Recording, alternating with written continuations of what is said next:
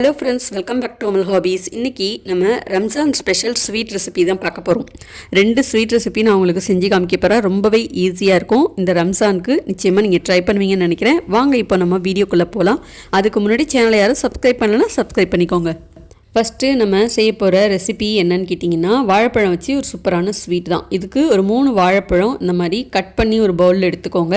நீங்கள் எந்த வாழைப்பழம் வேணாலும் எடுத்துக்கலாம். நல்ல பழுத்த வாழைப்பழமாக எடுத்துக்கோங்க. இந்த மாதிரி சின்ன சின்ன பீஸாக கட் பண்ணிவிட்டு மற்ற வச்சு இந்த மாதிரி மசிச்சிக்கோங்க. அப்படி இல்லைன்னா நீங்கள் மிக்ஸி ஜாரில் போட்டும் அடிச்சிக்கலாம். என்ன கேட்டால் மிக்ஸி ஜாரில் போட்டு அடிக்கிறத விட மற்ற வச்சு இந்த மாதிரி மசிச்சுக்கிட்டிங்கன்னா சாப்பிடும்போது சின்ன சின்ன துண்டாக வாயில் கடிப்படும். சாப்பிட்றதுக்கும் ரொம்ப நல்லாயிருக்கும். இந்த மாதிரி மசிச்சு எடுத்து வச்சிட்டோமா, இது அப்படியே இருக்கட்டும். ஒரு பவுலில் 1 கப் வெல்லம், 1 கப் தண்ணி, எல்லாமே ஒரே கப்லேயே மெஷர் பண்ணிக்கோங்க. பாகுபதம்லாம் பார்க்க தேவையில்லை. வெல்லம் கரைஞ்சோன்னே இது அப்படியே எடுத்து வச்சுருங்க, தனியாக இருக்கட்டும். ஒரு நான்ஸ்டிக் கடாயில் 1/4 கப் நெய்யில் 1/2 கப் கோதுமை மாவு சேர்த்து நல்ல வாசனை வர அளவுக்கு வறுத்துக்கணும். நெய்யோட கோதுமை மாவு நல்லா கலந்து கொஞ்சம் கொஞ்சமாக நல்லா வறுபட ஆரம்பிக்கும், வாசனை வர ஆரம்பிக்கும். கோதுமை மாவு நெய்யோட நல்லா கலந்து கொஞ்சம் கொஞ்சமாக அதோட டெக்ஸ்சர் மாற ஆரம்பிக்குது பார்த்திங்களா.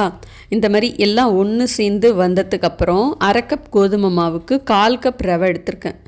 இதை நம்ம கோதுமை மாவோடு சேர்த்து நல்லா வறுத்துக்கணும். ஏற்கனவே நம்ம அதில் நெய் சேர்த்துருக்கோம், மறுபடியும் நெய் சேர்க்கலாம் தேவையில்லை. நல்ல ரவையும் வாசனை வர அளவுக்கு வறுபடணும். இந்த மாதிரி கொஞ்சம் கொஞ்சமாக பார்த்திங்கன்னா உதிரி உதிரியாக மாறும், வறுபட. இந்த மாதிரி மாறினதுக்கு அப்புறமா மசிச்சு வச்ச வாழைப்பழம், கரைச்சி வச்ச வெள்ளை தண்ணியும் சேர்த்துட்டு நல்லா கலந்துக்கணும். ரவையும் கோதுமை மாவும் நல்ல வாசனை வர்ற அளவுக்கு வறுத்தாதான் அதுக்கப்புறம் நம்ம இந்த வெள்ளை தண்ணி வாழைப்பழம்லாம் சேர்க்கும்போது டக்குன்னு ஈஸியாக வெந்துடும். இல்லைன்னா வேகாத பச்சையாகவே இருக்கிற மாதிரி தான் இருக்கும். இப்போ எல்லாத்தையும் நல்லா இந்த மாதிரி கைவிடாமல் கலந்து விட்டுட்டே இருக்கணும். நீங்கள் நாட்டு சர்க்கரை இல்லை வெல்லம் சேர்த்து செஞ்சு பாருங்கள், ரொம்ப டேஸ்ட்டாக இருக்கும். அது இல்லாத பட்சத்தில் தேவைப்பட்டால் நீங்கள் வெள்ளை சர்க்கரை சேர்த்து செஞ்சுக்கலாம். கொஞ்சம் கொஞ்சமாக நல்லா இந்த கோதுமை மாவும் ரவையும் வெந்து இந்த மாதிரி கெட்டியாக வரும்போது ஒரு 2 ஸ்பூன் நெய் சேர்த்துட்டு மறுபடியும் நல்லா கலந்துக்கோங்க. ஒரு அல்வா பதத்துக்கு வந்துடும். எந்த பக்கம் நீங்கள் சுழட்டி விட்டாலும் கடாயில் ஒட்டாமல் நல்லா சூப்பராக ஒரு அல்வா பதத்துக்கு செட் ஆகிடுச்சு இல்லையா. இப்போ கொஞ்சம் வாசனைக்கு ஏலக்காய் தூள், ஒரு பிஞ்சு சால்ட்டு சேர்த்து மறுபடியும் கலந்துக்கோங்க. இதில் நான் மொத்தமாக ஒரு 1/4 கப் நெய் தான் எடுத்திருந்தேன்.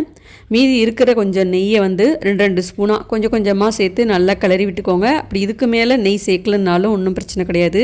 ஏற்கனவே அல்வா ரெடி ஆகிடுச்சு. நல்லா நெய் டேஸ்ட்டு நிறையா இருந்தால் நல்லாயிருக்கும் அப்படின்னு நினச்சிங்கன்னா நீங்கள் தேவைப்பட்டால் நெய் ஊற்றி மறுபடியும் கலந்துக்கலாம். இப்போ இந்த அல்வாவை கொட்டி வைக்கிறதுக்கு ஒரு பாத்திரத்தில் நெய் தடவி வச்சுருக்கேன். இதில் கொஞ்சமாக வெள்ளை எள்ளை தூவி வச்சுருக்கேன். இதுக்கு பதிலாக நீங்கள் தேவைப்பட்டால் முந்திரி திராட்சையை நெய்யில் வறுத்துட்டு கூட சேர்த்துக்கலாம். இல்லாத பட்சத்தில் இந்த மாதிரி எள்ளை போட்டு வச்சிட்டிங்கன்னா அது நமக்கு பார்க்கறதுக்கு நல்லாயிருக்கும், சாப்பிட்றதுக்கு டேஸ்ட்டாக இருக்கும்.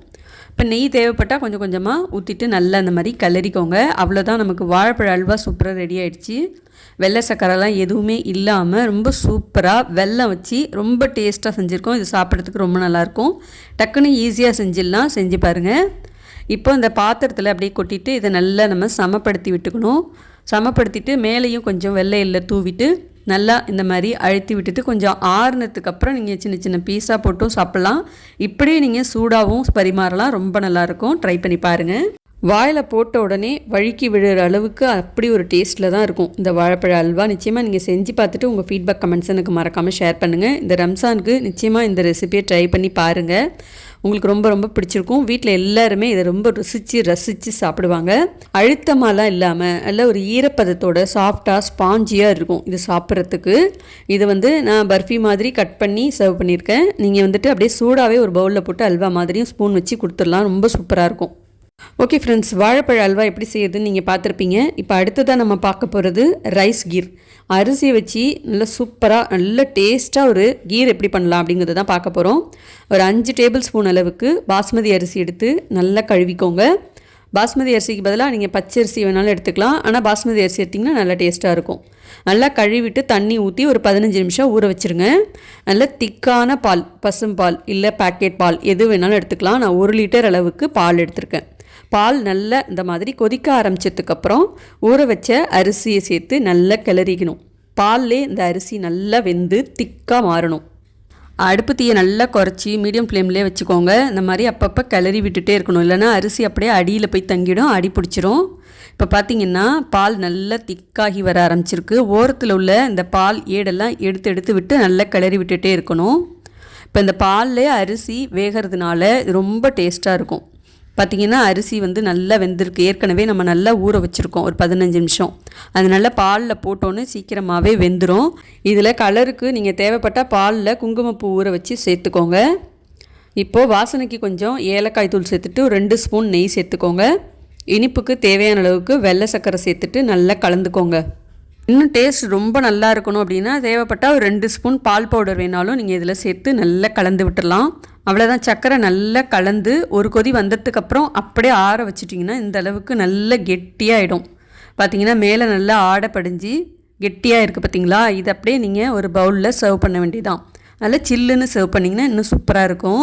ஏன்னா இந்த வெயில் காலத்துக்கு நல்லா ஜில்லுன்னு சாப்பிட்டா நல்லாயிருக்கும் இல்லையா. உங்களுடைய விருப்பத்துக்கு தகுந்த மாதிரி சூடாவோ இல்லை ஜில்லுன்னோ இதை பரிமாறலாம். தேவைப்பட்டால் நெய்யில் வறுத்த முந்திரி திராட்சை சேர்த்துக்கலாம். நான் கொஞ்சமாக திராட்சை பாதாம் இதெல்லாம் வந்து சேர்த்து டெக்கரேஷன் பண்ணியிருக்கேன். அவ்வளோதான். சூப்பரான ரைஸ் கீர் ரெடி ஆகிடுச்சு. ரம்ஜான் டயத்தில் இந்த ஸ்வீட்ஸ்லாம் உங்களுக்கு ரொம்ப யூஸ்ஃபுல்லாக இருக்கும்னு நினைக்கிறேன். ஓகே ஃப்ரெண்ட்ஸ், பிடிச்சிருந்தா இந்த 2 ஸ்வீட்டையும் நீங்கள் ட்ரை பண்ணி பார்த்துட்டு உங்கள் ஃபீட்பேக் கமெண்ட்ஸாக மறக்காமல் ஷேர் பண்ணுங்கள். வீடியோக்கு ஒரு லைக் பண்ணிவிட்டு அடுத்தடுத்து வர ரெசிபிஸை மிஸ் பண்ணாமல் பார்க்க சேனலை சப்ஸ்கிரைப் பண்ணிக்கோங்க. பாய்.